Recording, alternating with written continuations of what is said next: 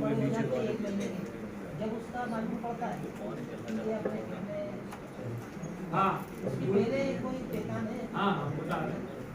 जब गेहूं के खेत में गेहूं बोते हैं, गेहूं बोने के साथ ही गुल्ली डंडा और जई, फाउंडेशन भी बोया अपन ने, उसके बाद में हो जाता है। देखिए मैं आपसे कहूँ, फाउंडेशन बीज आप बाजार से लाके बोए, लेकिन पिछले साल गेहूं खेत में लगाया था और उस खेत पर गेहूं पकने के साथ साथ ये गुल्ली डंडा और ये जिसे गेहूं को मामा भी कहते हैं और जई है, ये सब पक जाते हैं। जब हम कंबाइन हार्वेस्टर से काटते हैं तो कंबाइन हार्वेस्टर जब काटते हैं, हार्वेस्टर चलता है, वाइब्रेशन होता है, तो उसके बीज उसमें झड़ जाते हैं। तो फाउंडेशन सीड चाहे ब्रीडर सीड डालो, जो खेत के अंदर खरपतवार के बीज गिर गया है वो तो उगेगा। तो इसकी पहचान की बात, गुल्ली डंडा की जो पहचान की बात है मैं आपको बताऊं,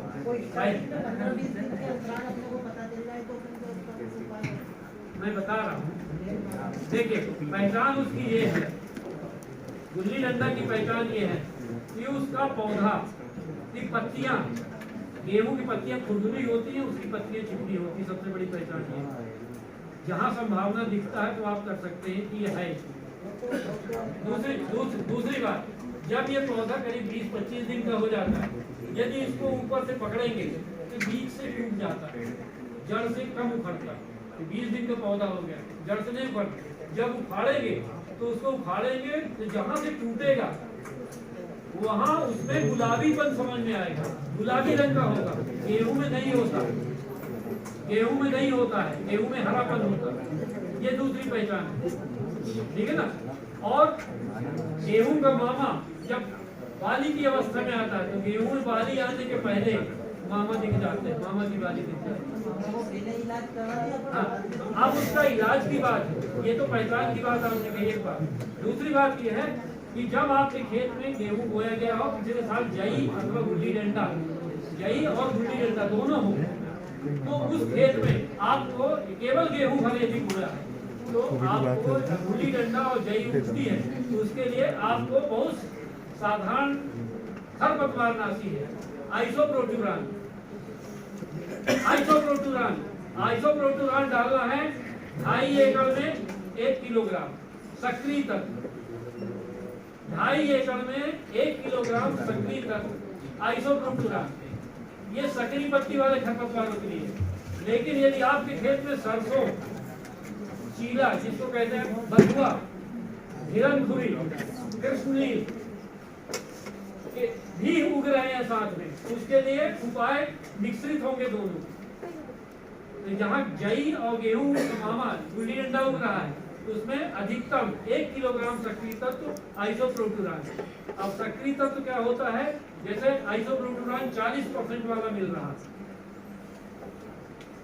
तो सक्रिय तत्व उसमें क्या है 40%, माने 1 किलो में कितना 400 ग्राम सक्रिय तत्व है। तो 40% वाला मिल रहा है, तो आइसोप्रोट्यूरान 2.5 एकड़ में डालना है तो कितना डालेंगे बाजार में मिलने वाला है 2.5 किलो डालेंगे, तब 1 किलोग्राम सक्रिय तत्व हो जाएगा, ठीक है ना। और 2.5 किलो को 600 लीटर पानी में घोल बना के बोनी करने के 20 दिन के बाद, लेकिन सिंचाई करने के 1 हफ्ता पहले आपको खेत में छिड़काव करना, ठीक है ना।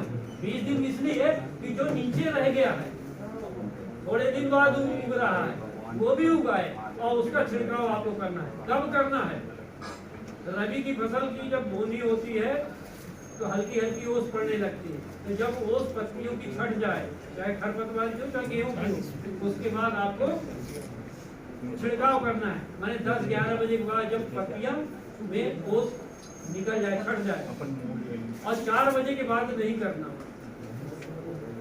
यूनिफॉर्म छिड़काव करना है। काहे से करना है, फ्लाइट फैन नोजल से करना है, कट नोजल का इस्तेमाल करना। और कट नोजल कैसा सेटिंग करना है कि उसकी फुहार ऐसे गिरे, ऐसे नहीं, ऐसे गिरे। लेकिन हाथ से चलाने वाला है आपका, इस तरह पीठ में रख के चला रहे हैं तो उसकी फुहार ऐसी रखनी पड़ेगी नोजल।